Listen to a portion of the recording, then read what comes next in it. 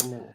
Hello, everybody. Good morning and welcome to the United Stand. We've got he's the governor, but he is the governor at the moment. We're going to talk about United. We're going to be talking about Ruthless, Rangnick, Ronaldo, the centre-back issue, what United do ahead. But he is a governor at the moment because he's took the Reading job on. He's trying to keep Reading up in the Championship. How you doing, Paul? Yeah, I'm good, Marky. Good to see you. Hectic first week. Back in management after 8 years. Yeah. Has it changed? Has the dressing rooms changed in 8 years? Are you seeing more mobile phones? Are you seeing... I'm not going to say what the players are like because you need to keep them on side, but is it a different dressing room to 8 years? You know, social media's moved on, technology's moved on, or is it the same? No, I think it's different in the fact that you're right. You know, players, every time I walk into the change room, players on their phones, which is fine. You know, as I said, as long as they're not doing it in the gym or when they're working, I've got no problems with that. So, no, but as far as I think it's might be different in the Premier League. Yeah. No disrespect, but the Championships, nothing's changed. You know, apart from the phones, it's the same. You know, apart from having more staff to work with, something that's different. Sports analysts and recruitment, physios. Normally in my time we had one physio. Here we've got about 3. So it's all different. About from scientifically, it's different. Yeah. About red blood cells can't do this. Can only train 20 minutes. All that stuff's completely different. Whereas me, I just go out and fucking train. You know what I mean? Don't care. I know you beat Birmingham 2-1. You got beat at the weekend by Blackpool. You're 8 points off safety at the moment. Barnsley and Derby are probably the threats, and got about 10 games to keep them up. Taking on a sinking ship. Are you enjoying it? Yeah, listen. I mean, they're a great bunch of lads. And sometimes you look at this team and then you think, they should have enough in them to stay up. It's going to go. Championship's hard though, isn't it?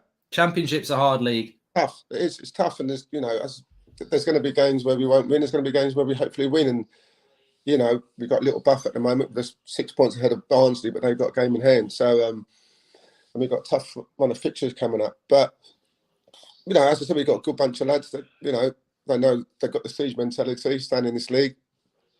Hopefully, we can get it done, mate. We can get the job done. Well, tell him there's a few thousand United Stand viewers who will be taking a keen interest in them over the next few weeks. I mean, a lot of people are interested in Derby anyway, but obviously, since he's a regular on the show, want him to do well. So hopefully they will. In relation to United, though, let's talk about United. A draw at the weekend, a draw in Atletico Madrid.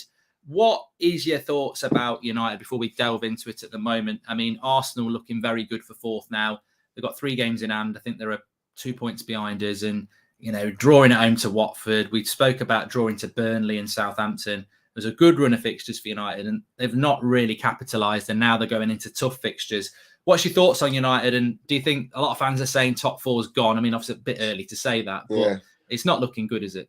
No, listen, I mean, I don't think top 4's gone. I think we had a situation 3 or 4 or 5 weeks ago where we said the run of fixtures they had should really think about nailing that, cementing that top 4 spot down, whether Arsenal have games in hand or not. You rather have the points than the games in hand. And you're right, when you're drawn against teams like Burnley, Southampton, Watford, I mean, don't disrespect, Southampton have done well. They're playing well at the moment. We've seen how banging form they are. But Watford, I mean, at home, it's the coupon buster, isn't it? And well, they should have won, shouldn't they? As well, they had so many chances. But it's the things we're saying this all the time. We're talking about chances, not taking your chances. And in all those games that we've drawn, we've had chances to put teams away and not done it.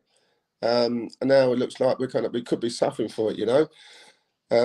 Arsenal looking good, and the run of that not so-called easy fixtures are over now. Now that comes the tough stuff. I think we've got to play City next week, which is not going to be easy. So, yeah, listen, I'm not going to sit here and say the full spot's gone, but I'm saying we actually made it hard for ourselves, that's for sure. Yeah, definitely. Let's delve into it then. I mean, there's a few comments I wanted to get your thoughts on, but we'll start off with... I want to talk about Ronaldo, but let's just talk about Harry Maguire for a moment. I don't know whether you saw... a lot of United fans have been talking about Maguire. He didn't play at the weekend. I saw a quote from Rio Ferdinand saying that obviously used to play centre-back, and there's a bit of an identity crisis, which I think there is with Ronaldo. But let's talk about the centre-backs. And he's basically saying, look, you think back to United when they had Bruce and Pallister, or, Stam and Johnson, and even Vidic and Ferdinand. They're proper defence centre-backs. You can leave them to defend on their own, high up the pitch, send your full-backs forward, your midfield protects them. Obviously, you used to do it with Bruce and Pallister. But the problem United have got is they've got a manager in Rangnick who wants to play like Klopp, but he's got centre-backs. He's got Varane who can do it, but Lindelof and certainly Maguire lacks that pace to do that, which is a problem for United this season, because that's how Rangnick wants to play. But also, they've got to look at that next season, because if you bring a manager in like that, what are you going to do with a captain who's £80 million? He didn't play at the weekend, Maguire. He's been under a little bit of stick at the moment. Do you think United do have a bit of an identity crisis, that they're not playing to the strengths of people like him? And what do you do with a player like that if you don't? Do you have to play a system that suits him, or do you start thinking, well, how do we get rid of an £80 million player? And also Lindelof as well. Yeah. I think it's a tough one. To be fair to Lindelof, I think when he's played, he's done okay. Yeah, we've always said that Rangnick's probably main two is Maguire and Varane. Now, listen, Varane's not getting any younger. So next year he's going to be a year older. So we don't know what's going to happen with Varane. But I think with Maguire, he needs, as I said before, he needs protection. He needs protection. You can't leave Maguire on his own. We can't leave Maguire isolated. And if the midfield players ain't doing their jobs in front of him, then it's an issue. And we've always said about the midfield, and we've always said about the gaps they leave, how they just go forward, and just leave the back two isolated. So this is an issue for Manchester United. Whether it's the system, as I said, whether they go three at the back, I don't know. But yeah, listen, Maguire's getting a lot of stick, but he can't get stick for Saturday because he didn't bloody play. No. That's the difference. And yeah, they kept a clean sheet, but Watford never got a look in. That's the annoying thing, isn't it? Yeah, exactly. So, but I think this, as I said before, this is not just about Maguire. Listen, he's been getting stick for a few months now, and so listen, is it justified? I don't know, but it's not just all about Maguire. It's about how we set the team up. It's about would we be talking about Maguire if we were just taking the chances that we'd taken in the games that we had? Absolutely no chance. We wouldn't. So as much as we're talking about Maguire, we've got to talk about obviously offensively, where we're creating chance after chance and not putting it back of the net. We're not talking about half chances here. We're talking about clear-cut chances. You'd fancy some of them, wouldn't you, at the weekend? I would. Whether I'd score them, I don't fucking know, but I would. And this is the problem. In this business part of the season, you get chances, you got to take them. You've got to take them and make it easier for United. And we haven't done that. Again, West Ham win the weekend.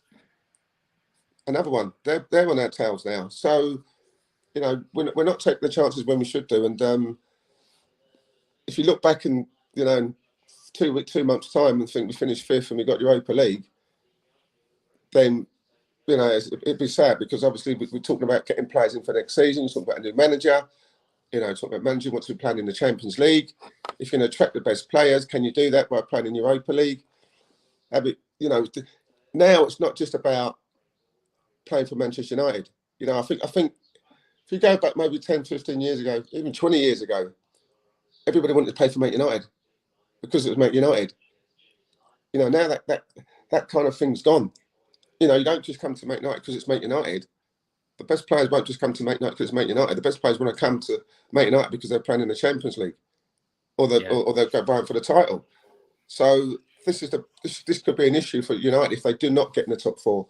Attracting. We talk about Haaland. Will he come next year? Not for United. They're not playing Champions League football. For sure. I think that's a great point, because I was looking at this yesterday, and the last time we didn't finish in the Champions League was the season, I think, that Solskjaer got the job, actually. He did a great job for when Jose had been sacked. Looked like he was going to get top four. They gave him the contract and he bottled top four, and we ended up in the Europa League. And that was the summer, I think, that we bought Wan-Bissaka, Dan James and Harry Maguire. And we spent close to 150 million quid. But when you look at it, we spent 150 million quid and we were in the Europa League. Leicester had just finished mid-table. Palace had finished in the bottom half and Swansea were in the Championship. So, it's probably something that fans don't think about. And what you're saying there is true, is that you can have 150 million pounds to spend, but if you're not in the Champions League, you can waste that money. I mean, I don't think anybody thinks that Wan-Bissaka is a 50 million pound right back or Harry Maguire's a 80 million pound centre back. I don't think they're particularly bad players, but we massively overpaid for them, and they weren't even in top four themselves at Leicester or Palace. They were. We ended up overpaying for players that were playing for mid-table Premier League clubs, and that could be the problem again. If you end up in the Europa League, you're going to get a lot of clubs and agents going, well, we're not coming to you, and if you think we are coming to you, you can bloody pay us big money because you're not in the Champions League. Yeah, definitely. And that was the thing, because obviously there was this kind of enthusiasm, or what the word is, because there was this kind of thing where they wanted to close the gap on the top two, top three. They were paying over the odds. They were paying a lot of money to get these players in. So and they've still not closed the gap. So if you bring another manager, what's going to be the remit? Is it going to be to close the gap? What's it going to be? If you're playing Europa League, you've got to win the Europa League if you want to get in the Champions League. So there's a lot of things there where you think we are going to have to spend a lot more money come the summer to try and get in. I mean, depending where we are, whether it's Europa League or Champions League. But if in Europa League, we're going to have to spend over the odds for players to get them into Manchester United, to try to get into the Champions League the next season. And again, it's a lot of money, and you've still got players there. I mean, you talk about players out of contract in Pogba and Lingard, but the rest of them are on long-term contracts. So you haven't got managers going to come in and go, right, I don't want him, I don't want him, I don't want him, I don't want him. Pogba's going to go, maybe Lingard, and then the rest is there. Then all you can do is add to it. So as I said, the next 2 months are vital for United. Listen, I still think they can do it. I think if you look at the squad, if you look at the players compared to the Arsenal, West Ham, Tottenham, Wolves to a certain degree, United have got the better squad. They've got the better squad, they've got better players, but for some reason they're creating chances and not taking their chances, and that's all there is to it. It's not the fact you can't look at the last probably couple of games and say, well, they haven't really played well. I mean, the one in Atletico Madrid, they didn't play well. They were poor, and got away with a draw, to be fair. Good result. Yeah, Madrid hit the bar twice, but it's knockout football, so, it's all about the result. It's not about the performance. Yeah. But as a Watford performance, I think they played well, but they just didn't take the chances, and that's the difference from being fourth or being fifth. I think with just before we move on the money thing, I think it's, if you look at United over the last 10 years, we've spent over £1 billion, and I often look at it and think, where did we spend it? And I think with regards to, we look at that Harry Maguire, Wan-Bissaka summer, I'm sure United will spend big this summer, but, if you're in the Champions League, you can probably spend £80 million, whereas if you're in the Europa League, you're probably going to spend 120, 130, 140 million on the same sort of players, because you're going to have to overpay. And I think that's something that fans need to appreciate. We will spend a lot in the summer, but let's look at how we spend it, because, as I said, the last time we were in the Europa League, it was 50 million on a right back who's not really a 50 million pound player, and 80 million on a centre back who's not an 80 million pound player, that we had to do because we had to get players in because we needed to get back in the Champions League. So yeah, desperation can be desperation. What do you think about the manager situation, just before we talk about Ronaldo? Because it's interesting. I think the general fan consensus is that they don't want Pochettino in the majority, because they feel that, look, you can't. What do you learn from managing PSG? It's probably one of the easiest jobs in the world. Although, don't disrespect it, but he did get sacked by Spurs. As he fell off a little bit, is he still really the right man? But then you listen to people in the mainstream media and ex-players and that who are like, well, look, he's managed against Poch, he's managed against Klopp with a weak Spurs side compared to them, and he's been competitive. And you can chuck money at a manager like Ten Hag or an unknown, but they're coming into a league that's got some of the best managers in the world, and you could get swallowed up even if you've got money. And maybe Pochettino's the right man. What do you feel about that? You know, United seem to want Poch. The fans not so sure, and they've got to get it right, Paul, haven't they? Listen, I always hate this thing when you see these owners, you know, or CEOs and that say, "Oh, yeah, well, we've taken our time on the manager because, you know, we've got to get the right man in." Okay, now and then 3-4 months down the line, you sack him, and I think, so hang about 3 or 4 months ago, he was the right man, and then he loses his job, and that's always baffled me. And you're never going to know. And the reason why I'm saying that is because you're never going to know who the right man is until you're actually in there getting results. You're never going to know who the right man is until you see Man United lifting that Premier League or finishing second and third in the league, or bridging that gap closer to City and Chelsea and Liverpool. That's what I'm saying. You never seem to know if it's the right man. But if you're talking about who's the best out there, and you're talking about who's the one who had the experience of the Premier League, know what the Premier League's all about, know with a team like Tottenham who got beat a Champions League final. Let's not forget that. This is a manager who took Tottenham to the Champions League final. Now, I'm sure his budget was a lot less than United's, City's, Liverpool's, I'm sure. You know, so to say that, you know, you wouldn't want someone of that calibre, it's kind of baffling for me, because you're right. If you go for Den Haag or you go for someone else, you know what I mean? They're going to want to change the system. Two, have they got the personnel to change the system? You know, as will you have the finances to change the system? As I said before, there's still players on contract, so you can't just come in and have a fire sale and go, right, everyone out the door, I'm going to bring in another 8 or 9 players and play the way I want to play. It doesn't that easy, you know. But I think with Poles, and listen, he'll end up winning the title at PSG. Yeah, that's for sure. Yeah, I can't see him not winning that. And I'm the one who's always been clamouring for Poch since day one, since Ollie days. And nothing's my views changed. I did have and it did go through my mind, honestly, the other day when everyone was thinking Conte was going to quit Spurs. Yeah. And I actually thought to myself, well, there's something going on here. Is he using that then, and then he's going to end up at Old Trafford? So that did cross my mind in a funny way. But I mean, listen, we don't know where Conte's going to be there at Tottenham next year anyway. I mean, it's been a bit of a roller coaster since he's been there. So who knows with that one? But I think as far as people, Pochettino wants the job. You know, he could have got the job 2-3 months ago. Obviously, that didn't happen for some reason. And you're right. Do you think he's too desperate for the job, though? Do you think this is the problem with United, that, you know, Mourinho basically did a love letter for the job, and Ollie was desperate for the job, and we know that Pochettino. I mean, my big concerns are that this is a manager that's used to being a puppet to people like Daniel Levy, who don't really want to spend money, and is the perfect appointment for the. You know, I'll listen to you. I'll listen to ex-players. I'll listen to, you know, fans, but I will not listen to Richard Arnold or Ed Woodward or that board saying that Pochettino is the right man, because what they think is the right man is obviously going to be a guy who's going to be a bit like Ollie, who just says everything's great and, you know, he's a bit of a puppet. The thing with Pochettino is I'm worried he's past his best, but I'm also worried his success is exactly the sort of success that United would want, which is get us 4th place every year and, you know, basically be a bit of a puppet. Listen, I'm not sure Pochettino's past his best. You know, he's still a young manager. He's still in the same realms as Pep and, you know, Klopp. That Pep, he might be younger than him.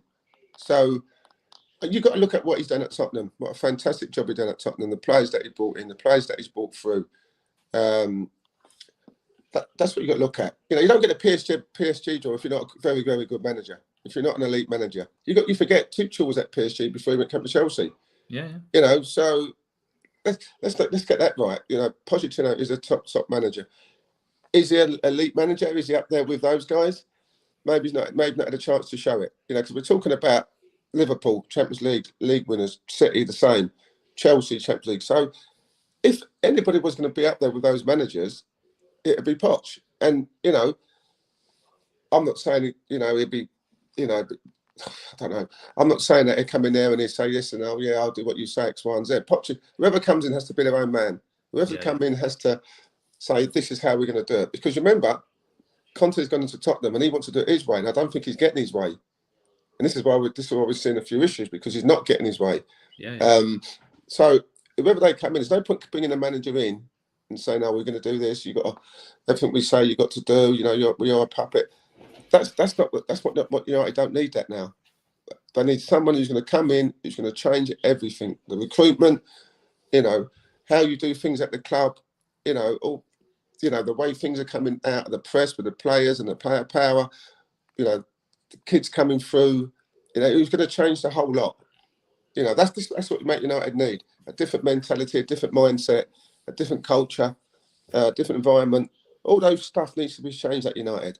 So could Poch do that? I think he could. You know, could Ten Hag do it? From a football point of view, probably yes. But this is Manchester United. And you know, going back to the question that you said before, who wouldn't want to manage Manchester United? Who wouldn't want to manage the biggest club in the world? Who wouldn't not want to manage Manchester United? So if you got a chance of getting it, of course you'd be desperate for it, just like Ollie was. You know, just like because I mean, look, you're managing Reading at the moment, but this is quite an important question, is that we get a lot of people in the chat saying, oh, do you think United are losing their pulling power with players and managers? And I said, well, I've never been a manager at that level, but, you know, if you got a phone call from United, obviously you played for United, but I imagine it's the same with any manager who's available. It's not, oh, United have failed for the last 9 years. It's, I can be the man to turn this around. It's that ego thing, isn't it? Which every professional sportsman's got to have.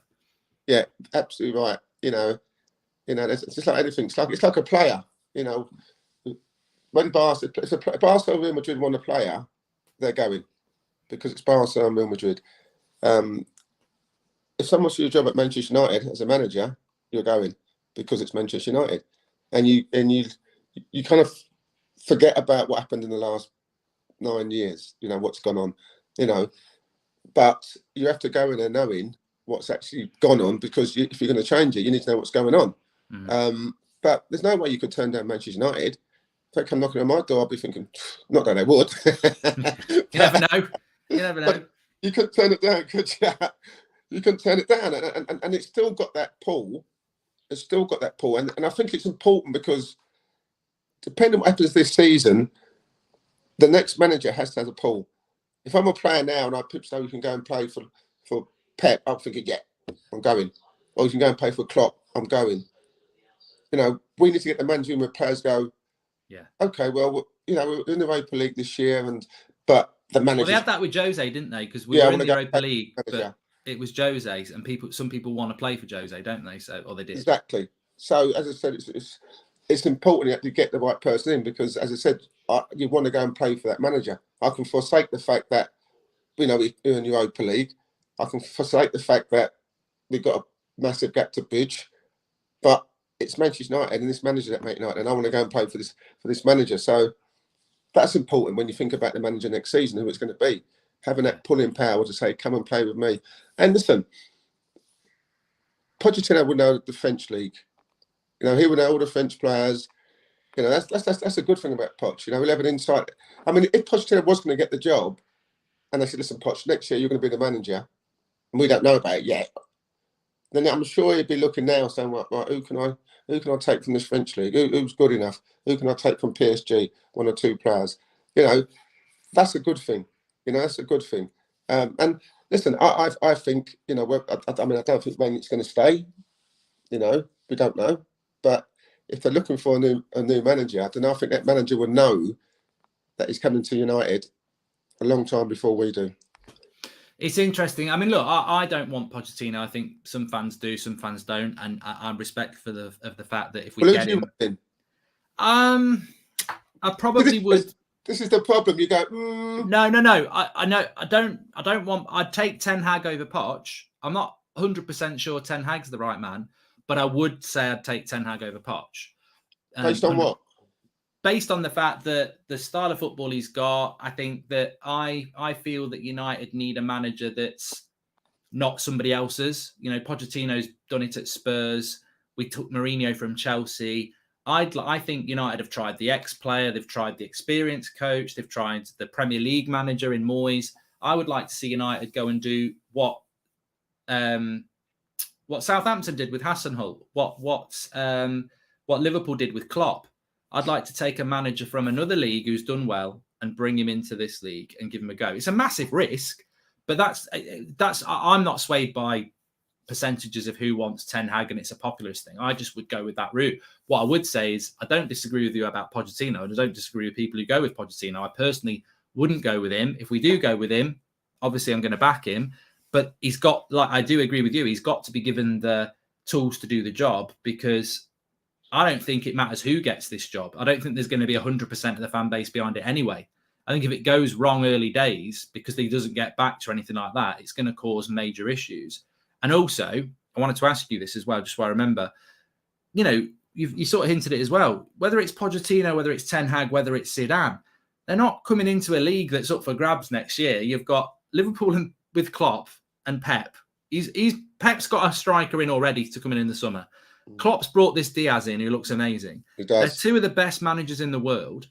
Chelsea, Liverpool was an amazing 0-0 on Sunday. It was. Those three clubs, for me, are probably the three best teams in the world, let alone in the league. I don't care who's coming in as a manager. You're going to have to write it off for 2, maybe 3 years, in which time Newcastle are coming through with billionaire money.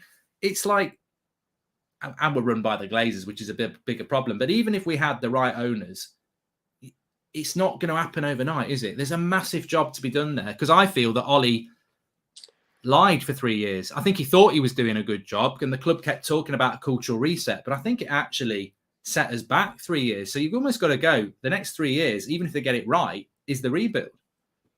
Yeah, listen, I think you're absolutely spot on, Mark. I mean, I said to you a few months ago that it could take 4 or 5 years, and United fans probably don't want to hear that, but I think they have to be realistic and say, listen, in those 4 or 5 years coming up, if we can see that we start to build a team, we start to see a change, we're winning a trophy on the way, whether it's an FA Cup or, as I said, the Carabao Cup on Sunday, it's such a good game, and it's kind of like reinvented itself, the Carabao Cup, because not many people really cared about it.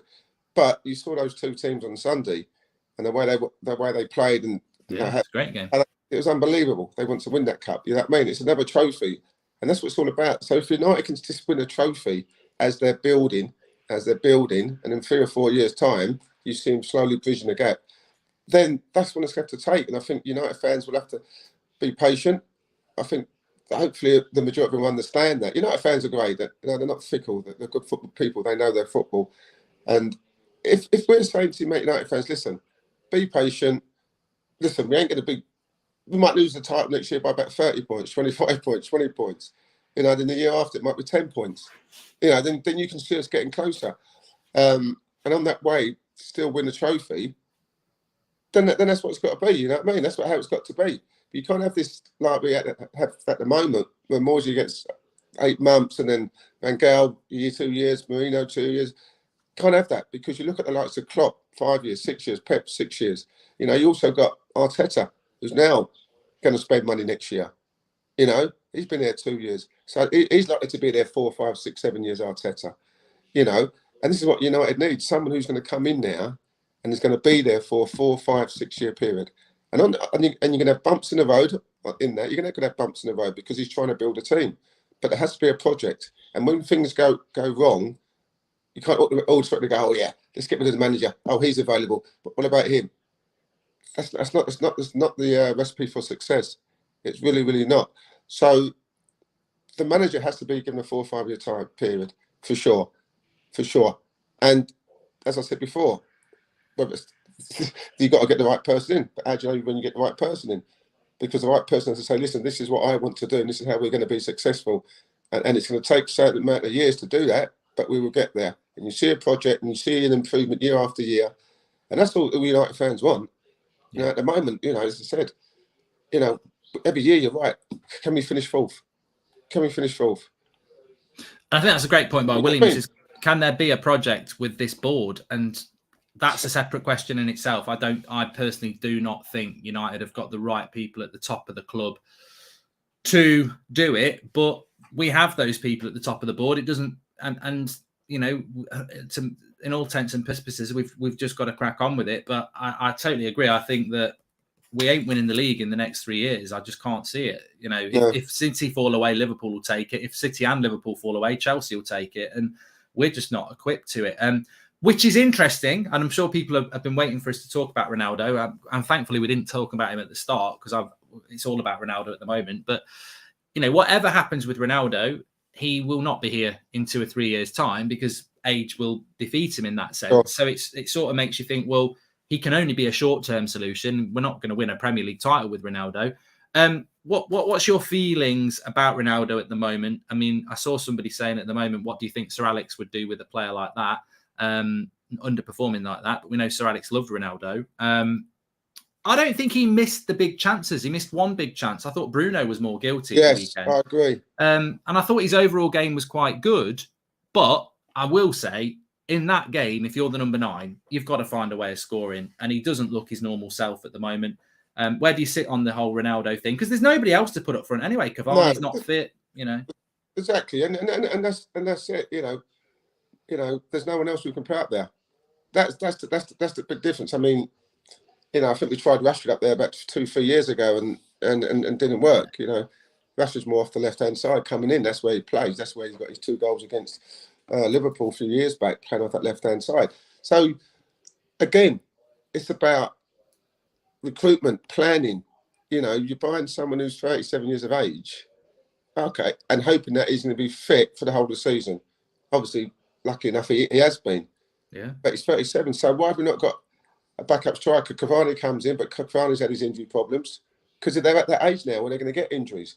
So when you talk about planning and planning cleverly, why have we not got another striker in there?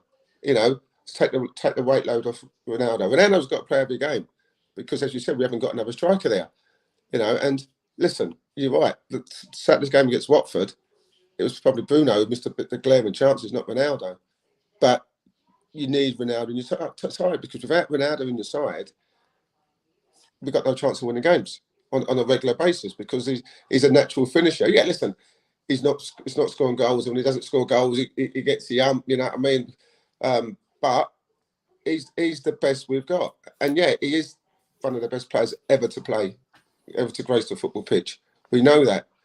But as you get older, you know, your body changes, and you know you're not as sharp as you was, and you know it's a natural thing that happens. So, you know, he's what we got, and on his day, we saw that when he first came here, was scoring goals. You know, scoring goals in the Champions League. He's the reason why we're still in the Champions League, Ronaldo. And listen, let me rest you assured, it wouldn't surprise me if the second leg at Old Trafford he does the business because that's what Ronaldo does. He might go missing for 85 minutes, but then they'll pop up and they'll score the winning goal that matters. And that's what Christian's all about. You know, you're not going to get the pressing. You're not going to get running side to side, chasing centre-halves down. You know, that's not him. And at times he's trying to do it, as we've seen, but it's not him.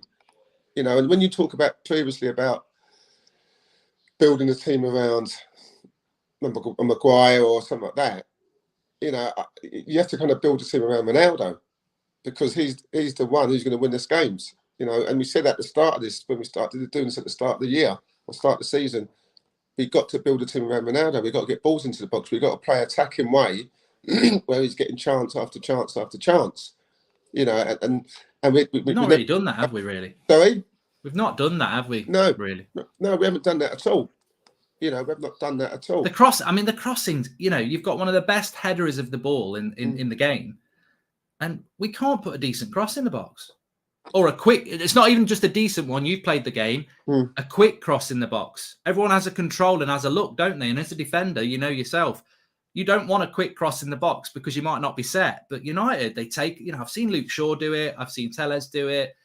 I've seen Wan-Bissaka do it. Delo do it. They control it. They'll have a look and then they'll put it in. It's like they're playing golf. They're like having a look at their swing before they put it in as a defender. And then it's a crap cross as well. But listen, I mean, I think we've said this, you know, before, like especially with Wan-Bissaka, he's not one of those players. He's not an attacking fullback. If you want him to defend, he'll defend and he'll tackle for his life. But as far as getting up there and whipping balls into the box, that's never been his game. Never ever been his game.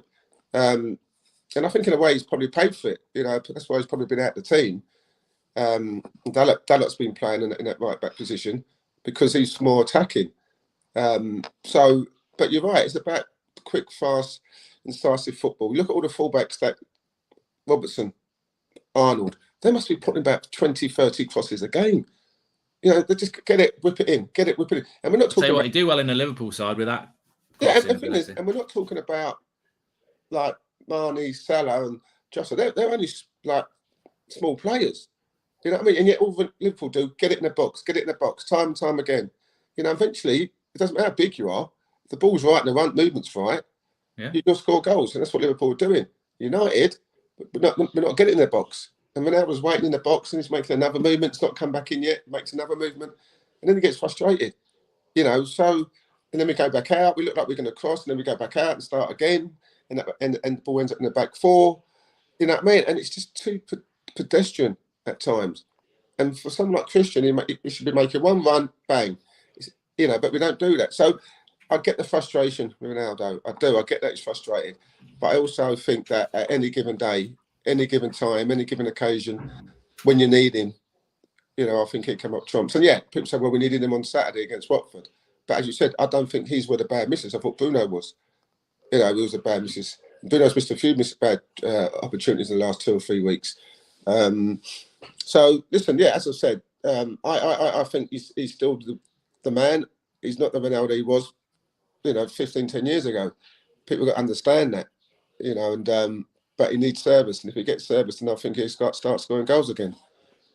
I also think football's just so focused on almost the last result. It's like yourself at Reading, you beat Birmingham and then you get beat by Blackpool, and it's up and down, isn't it? And I think we were speaking about this, and this is, I want to talk about top four in a moment, but we were talking about this 5 games that United had where they needed to take a minimum of 13 points, and it was Burnley away, Southampton at home, Brighton at home, Leeds away, and then obviously Watford at home. We've taken 9 points from 15, which is not good. But when you think about the Brighton game, they played us off the park and we won that game. Yeah. And we won that game because Ronaldo picked the ball up, ran at the back 4 and smacked it in. And it was a worldie. And it was only 2 weeks ago. And that's 3 that's 3 points instead of 1. So it's 9 points instead of 9 points from 15 instead of 7. Yeah. And that we won 2-0, but Bruno scored with the last kick of the game. So Ronaldo changed that game. But 2 weeks later, he's the problem. And I get it. You know, he was a problem at the weekend, but also he's won us 3 points when we've only taken 9 from 15. And it's like, you know, I agree with you. I think class is permanent. He will do something again like that before the end of the season. But do you think you know, I personally think that the only way we're going to get top 4 now is Arsenal bottling it. It's so far out of our hands. You know, even if we do find some form, I think it's too late. And I think it's going to be too late because, you know, well, what do you think? Well, listen. I think it's not too late. I don't think it's too late at all. You know, even Arsenal Wolves, you know, Thursday night, you know, Arsenal 1-0 down, looked like they were going to get beat, managed to, you know, score 2 late goals. So it's how you deal with the pressure. You know what I mean? It's how you deal with the pressure because Arsenal got games in hand. They've got to win those games in hand. Yeah. You know, you can sense the crowd at the Emirates were so apprehensive because of this 4th spot, and it kind of filters into the team. So it's how you deal with the pressure of going for 4th, chasing 4th. And we keep saying Arsenal, Man United, but as I said, West Ham is still there. You know, people forget. People say, "Yeah, well, West Ham can't continue to do this," but I don't. Well, Spurs can probably get back in. It's that inconsistent this year, isn't it? I said, West Ham have been there all season. Now, there's no pressure on West Ham because everybody's talking about Man United and Arsenal. No one's even mentioned West Ham. No one's even mentioned Wolves. You know, listen, it's probably a bit far for them to do now, but no one mentioned Wolves. It's only when they beat Tottenham a couple of weeks back that people say, "Oh, Wolves are kind of sneaking up on the row." So, you know, let's not forget about West Ham. You know, let's have a look at the fixture list. I mean, Man United got some tough games coming up. They got to play City. You know, if they lose that one, Arsenal win, and all of a sudden Arsenal in pole position with 2-3 games in hand. So the fixture list running is so important now, and it's just like, you know, you look at we were talking about in the Championship. You know, every game's a tough game. Every game's it's a tough league, the Championship. you know, and you try to look at the fixture list and you think, well, if we can nick a result here, you know, nick a win here, that's a tough one. They're all tough because that's what Champions League's like. But I think for some of these teams, like, you know, Arsenal, they'll be looking and say, we've got a little block of games here we can win. You know, Man United had that. They had the Burnleys, Southampton. That's the thing, innit? We did that. You know, they had that. But listen, maybe Man United need a Manchester City. Maybe they need a Liverpool game just to. We might benefit from the season. We might benefit from not having the pressure of it now. You know, as I said, Arsenal could buckle under the pressure, and United might revel in the fact that the pressure's off because everyone's written them off. You know, football's funny like that, isn't it? Yeah, listen, United will always have pressure because United fans expect them to be in the top four and chasing for the title. So, you know, if I was at United now, I'd as a player, I'd be saying, well, listen, we need to finish fourth. We definitely need to finish fourth, and the pressure's always going to be there. And the more Arsenal win, the more pressure it's going to be. You know, irrespective of the fans are saying, oh, well, that's it now, Arsenal finish fourth, or the media are saying that. As a player, as long as you can still get fourth, the pressure is going to be on United. And it might be a City game or whoever they've got, Liverpool game, that can kickstart their season because, you know, they're not playing well. They're not in form. But you wouldn't write United off for that, would you, really? Yeah, and they need to get in form if they're going to finish fourth. And this is where we are. Yeah, I think with I do think, I'm not disrespecting Arsenal. I said at the start of the season, if they get fourth place, they should be putting a statue up for Arteta because I just couldn't see anybody getting in the top four apart from Liverpool, United, City and Chelsea. But no disrespect to Arsenal or West Ham, but that's an embarrassment for Man United to go from second to fifth or sixth with the team that they've got. You know, a team that finished second that adds Varane, Sancho and Ronaldo to it and then finishes outside the top four. That would be a major embarrassment. And the players have got to take responsibility for that. I mean, I know Ollie messed up the start of the season and the board probably wrote the season off too soon, thought we'd get fourth comfortably, didn't buy in January, went with an interim. But the players have got to take some responsibility as well, Paul. It's an embarrassment when you've got that sort of quality to not be in the top four. Yeah, of course. And, you know, these are the players that we presumed were coming in and we were going to, right, we're pushing for the league now. You know, when you bring Sancho and Varane and Ronaldo. And yeah, you expect them at the worst, top four at the worst. You know, but I also say, though, Mark, you know, we talk about spirit, togetherness, camaraderie, you know, playing as one. This is what you see with Arsenal. This is what you see with West Ham. You know what I mean? There's no egos there. You know, look at Arteta got rid of Aubameyang. Yeah, he's flying at Barcelona. But you could sense there was an issue there with Aubameyang. You sensed there was something there that was disrupting. Well, Arsenal are flying without him as well, so it cuts both ways, doesn't it? Yeah, it's the same place. So, you know, and I said these teams, as I say, you look at the players and you think, yeah, with these players, we should be doing a lot better than what we are if we finish outside the top four. But you think about all the stuff that's gone on over the season when we spoke about it. You know, players coming out and, you know, and interviews and saying things about the system and the training and players going to the owners and all that stuff. All these stuff combined doesn't bode well for a team to finish fourth. There's too much stuff going on. You know, and this is what I'm saying, you don't see it at Arsenal. You know, you don't see it at Liverpool. You don't see it at City. You don't see it at West Ham. You know, but we're seeing a lot of it at Manchester United. And all this stuff now, when it comes to the crunch, everyone's got to be pulling in the same direction. They have to be. And I'm not sure whether that's the case at United. As I said, everyone keeps talking about Ronaldo. We never talk about Manchester United. You know, and that can be a sidetrack. You know, so as much as we say on pen and paper, yeah, we've got the best players and there's no way we should do this and that, you still got to have a happy ship. You've got to have a happy boat. You know, and if there's players who ain't unhappy, players who are out of contract, you know, it can take your focus away what's going on. But the other teams, they look like they're all pulling together. I mean, West Ham, no disrespect, haven't got no big name players. Haven't got no big, massive stars. You know, they all work for one. No one's bigger than the other person. There's no big egos. You know, and Moyes has got them playing the way they played all season. And you can't discount West Ham. I'm sorry, you cannot discount West Ham because they've stayed up there all season. They've been there and thereabouts it, and they look like a proper team who take it to the end. So, and the same with Arsenal. So it's going to be tough. It's really going to be tough. As I said, it's a bit like Reading. It's going to go to the wire, mate. It's going to go to the wire. That reminds me, actually, just before you go, we had a little chat back in October and about Brentford, and I was ridiculed. There was a few in that kitchen, and I got ridiculed. I said Brentford are going down, and everyone was like, "They're flying. They're absolutely flying." And Brentford at the moment have got 24 points. They're 3 points ahead of Burnley, and Burnley got 3 games in hand on them. So. Do you think your bet still safe? You still think Brentford are staying up? I was wondering when you were going to bring this one up. Well, I'd written that off. It was on charity tax return. It's gone. But, things they start. I think they're falling like a stone, aren't they? Brentford, they really are. They started so well. And it's funny because you see teams like that, who start really well. The excitement of being in the Premier League and then all of a sudden, as you see them start to drop.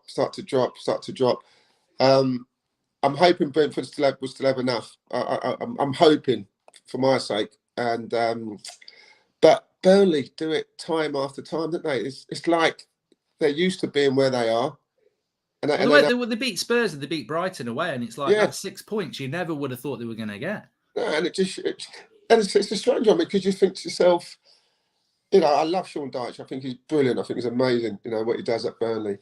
But they all seem to put themselves every year in a position where they're fighting for their lives, and, eventually, it ain't going to happen. But I think this year, as you said, beating Spurs, beating Brighton, it's like they're used to being in this situation, and they know how to get out of this situation. And they've got 3 games in hand, but I've over the points. But it's going to be tight. Everton's still down there. Leeds are down there. And this is what I'm saying. You're going to get results that you don't expect. And as I said, you look for me when I look at my fixture list, I think, that's a tough one. Or they've got to play so-and-so. And you think, where the bloody hell have they beaten them? We didn't expect them to beat them, or vice versa. This is the same with the Premier League. You're going to get. It's like United City on Sunday, isn't it? Spurs went and won at City, so we can't. And it's a derby, which makes it even more of a leveler. So we can't say, we're definitely going to lose because Spurs have been and beat them and deserve to beat them, and a derby makes it even more likely. So of course it does. And listen, United have done well at the Etihad over the past years. They've done really well. So they shouldn't be phased in going there and getting the result. So they're going to be results that you don't expect to happen. That will happen. But I think Brentford, hopefully, because Ivan Toney's he's been out for a bit. He's a big miss. And I think I might just sneak it. I think I might just win the bet, Marky. I really do. You might. I'm just saying it's becoming closer than I think a lot of people thought it was going to be. It was just I was almost like a football dunce. They were all laughing at me in the kitchen when I said Brentford are going down because it was October. And no, to be fair, listen, you'll be the only one who'd be chuffed if they did go down. Obviously, I know, and I can tell by the smile on your face. Well, I would have wanted them to stay up, but the way he behaved when we beat them at their place, he was like a spoiled little child. So get back in the Championship. No, the thing is, I like Thomas. I like the way they play football. I like the way they play football. They might stay up. We might see a Leeds or an Everton go down. It's definitely Norwich and Watford, I think, and then it's one other, I think. But things you don't know. But you don't know with Watford, actually, yeah. No, you don't. We don't know. This time I'm saying there's so many teams down there. I can't say it's quite exciting because I'm actually in the same position. But when you look at this time of the season, normally in the Premier League, there's probably 2 teams already gone. You know what though? Staying up, I've seen it over the years. If you stay up, especially if it's towards the end, clubs celebrate it almost like a promotion. It's like a trophy. It's really weird, isn't it? Because if you finish like in the bottom half, but nowhere near relegation, your fans are like, "Oh, fucking rubbish season." But if you're in relegation zone and you stay up near the end, the fans bloody love it. It's a weird mentality. They do. It's amazing. It's an amazing feeling. That's what I'm saying to you. So, this is probably the closest it's ever been, the relegation battle. Normally, as you said, there's 2 teams already down by now. And one team fight for the last to stay in there. But the title race is back on again. Yeah. Close. Yeah, it's going to be close. Top 4 race, relegation race. Yeah, relegation Championship race. relegation race. Yeah. So, but what I'm saying, it's an exciting time for the relegation, for the top 4, for the title race. Normally it's done and dusted. So, and there's going to be a lot of twists and turns. So I couldn't at this moment say he was going to go down. I really, really couldn't, because I think it's that close. I just hope it does go towards the end, because it's boring when it's May and everything's sorted. So hopefully it will go all to the end. But look, it's great to get you back on. Great to be back on. You're not playing till Saturday against Millwall. So Millwall on Saturday. Another tough one. Hopefully we can get 3 points. You've got to turn Reading into a fortress. Is it still called the Medeski, or have they changed the name? I don't know. Spot now. I don't know. Well, there's a hotel in the stadium. The hotel's called the Medeski, so it's probably called the Medeski Stadium, I would have thought. Yeah, I think that's what it is called, yeah. And talking about hotels, I just got mentioned, say hello to my mate Mo. He's the receptionist at the hotel, and I said I'll mention him when I do next time I do my United stand. So how you doing, Mo? I'll see you tonight when I travel back down to Reading. There you go. Well, good luck. I want Reading to stay up, so let's hope they do. Fingers crossed. Well, you're going to see me before then, didn't you? It's not the end, is it? No. I know. I'm just saying. Good luck on Saturday. Oh, okay, cool. Thanks. All right. Merseyside derby on Then Sunday. you're playing Forest, and apparently I'm a Forest fan, so I won't want you to win then. But no, I think that'll be a good game as well. Is it at the City Ground? Yeah. And then you got Fulham and Bournemouth as well. They've got Bournemouth on the Tuesday, and then Blackburn on the Saturday. Oh, I'm going down the bookies. Put a bet on. You're going down, you lot. You horrible bastard. We're staying I'm joking. I'm joking. You never know. In that league, anyone can beat anyone. Of course they can. You know, of course they can, and that's the mentality we've got to have. You know what I mean? We've got some very good players. And you can remember, listen, I've only been there 5 days, you know, and not had much time on the training pitch. So, you know, at least we get a full week this week, and obviously next week, so get some work into them. So, but listen, they're a good bunch. That, you know, they keep their heads up. They've got great spirit about them, togetherness. And when you're fighting for your lives, that's what you need, that togetherness. So fingers crossed we get the job done. Might have to pop down and do a bit of welcome, son. Just let me know. We'll get you a nice little ticket, nice little meal. Yeah. You know what I mean? Might pop down the training ground. You might, if you need a CDM. Imagine that. You'll definitely get relegated. You'll be getting sacked. They'll be booing me off, aren't you? But, let's not mention that word, okay? That's not a word I want to hear. Don't be scared of it. Huh? Don't be scared of it. You've got to face up to your fears. I'm not scared of anything apart from spiders and flying. There you go. Well, you don't need to fly to Reading. You can get a taxi, can't you? Get your driver. And I don't mean your putter. I mean get your proper driver.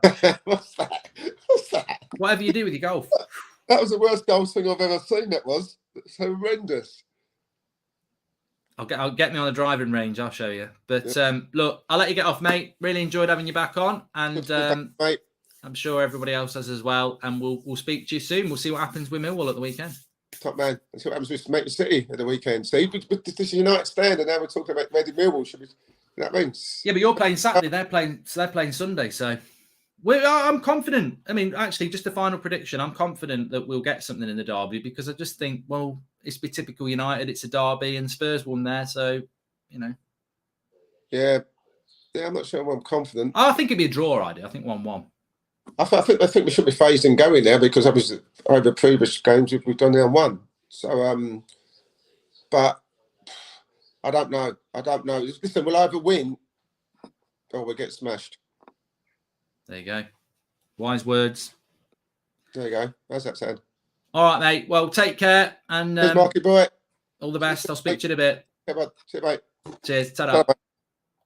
And thanks everyone else for watching as well. I'm not going to dwell too much. Although there was somebody was just saying something about some comments from Darren Fletcher. I mean, is this going to make me happy or sad? I don't want to be sad at the end of a stream.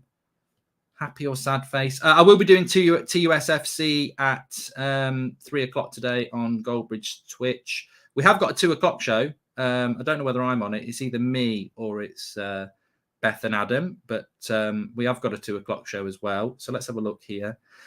Darren Fletcher to the fans forum. A key part of my role is taking a holistic view of path for the players from academy. See, whenever anybody says holistic view, I've worked in business. Taking a holistic view, I've got to look at the whole pie. It's like fucking David Brent, holistic view. But path from academy to first team, well, that's Nicky Butt's job. what used to be. Alanga's done brilliantly since he broke in, and Hannibal has always. So basically, he's monitoring youth players into the first team, which is what Nicky Butt's job was.